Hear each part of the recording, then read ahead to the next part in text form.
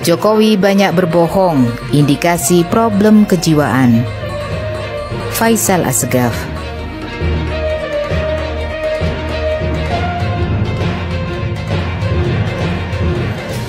Awalnya asyik masuk gorong-gorong, Jokowi dipuja dan diklaim rakyat. Tapi drama politik itu terbongkar, lakon pencitraan sesaat.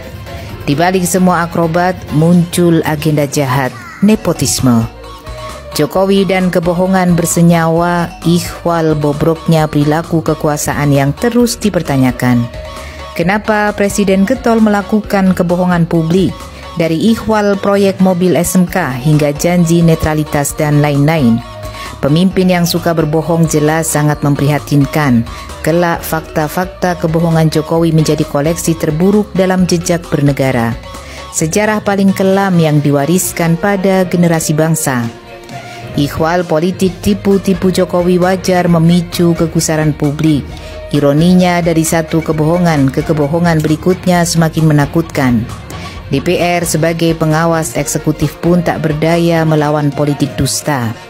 Seolah negara telah dibajak oleh daya rusak kebohongan politik yang biasa ganas. Dan Jokowi terkesan semakin perkasa untuk bertindak semena-mena. Fenomena kejahatan politik tanpa etika dan moralitas. Bagaimana bisa seorang presiden yang wajib bersikap jujur berubah jadi pembohong, tidak punya martabat, tidak ada rasa malu, dan bahkan terkesan bangga? Rakyat sangat resah dan muak dengan sikap bobrok itu. Wajar bila publik menduga adanya problem kejiwaan yang tidak lazim pada perilaku kekuasaan Jokowi. Terlebih, sikap norak itu kini di-copy-paste oleh dua putra Presiden, Gibran dan Kaesang. Lengkap sudah kegilaan dinasti politik. Syahwat kekuasaan begitu cepat mengubah perilaku Presiden Jokowi dan keluarganya. Perkara yang sangat serius dan semakin menuai protes rakyat. Watak politik dinasti berdampak merusak tatanan bernegara.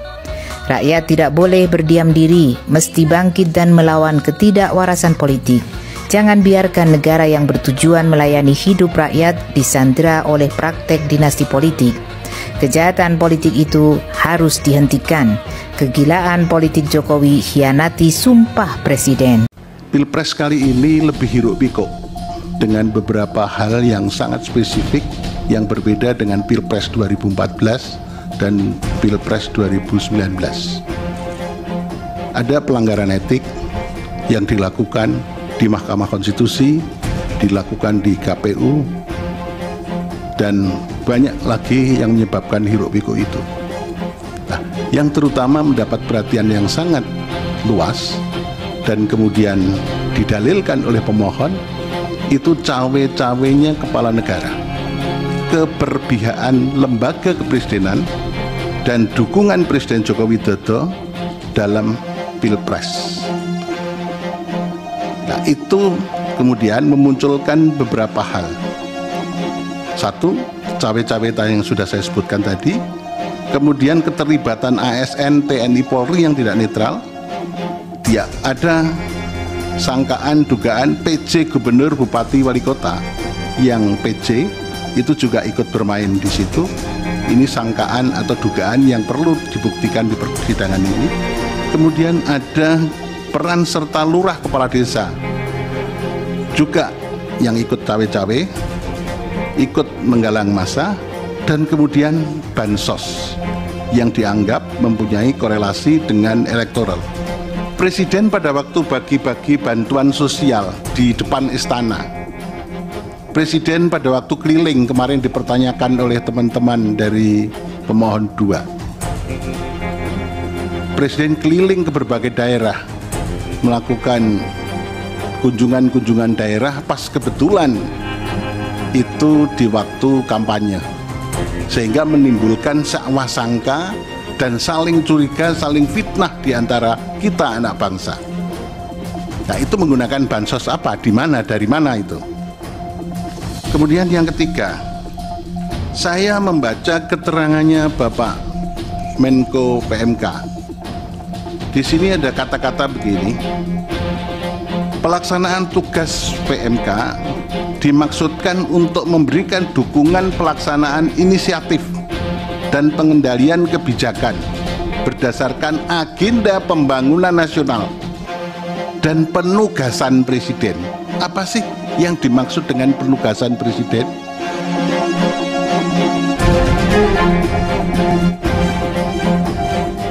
Apakah penugasan tertentu karena presiden juga cawe-cawe itu? Karena kalau saya membaca sebetulnya agenda pembangunan nasional itu sudah termasuk presiden itu akan menugaskan apa ya tak ada di situ. Tapi kok ada frasa yang khusus penugasan presiden?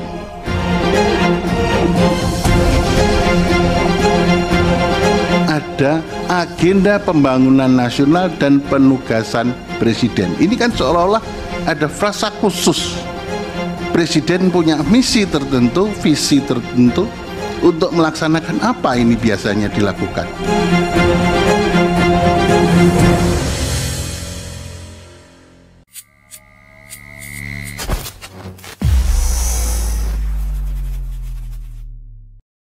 Bismillahirrahmanirrahim. Assalamualaikum warahmatullahi wabarakatuh. Semangat perubahan, salam kedaulatan rakyat. Ini membuat mereka panik, sehingga keluarlah jurus ngelesnya dari 02. Kemudian mulai muncullah narasi-narasi, kasihan nanti KPU. KPU digaji oleh rakyat, tugasnya memang begitu. Ini aduh ampun ya. Sayang sekali narasi-narasinya narasi-narasi orang yang sedang terpojok, yang sedang mencari celah untuk keluar dari pojok tersebut. Coba kita lihat bahasa-bahasa dari mereka. Ahli Prabowo khawatir kekosongan presiden jika 01 dan 03 dikabulkan. Nah ini jurus ngelesnya mereka nih. Ahli dari Prabowo Gibran, Amiruddin Ilmar mengaku khawatir adanya kekosongan jabatan presiden dan wakil presiden jika MK mendiskualifikasi Prabowo Gibran. Amiruddin mengatakan MK harus mempertimbangkan kekhawatiran tersebut. Jadi dia sedang menteror ancaman baik ke MK maupun ke rakyat.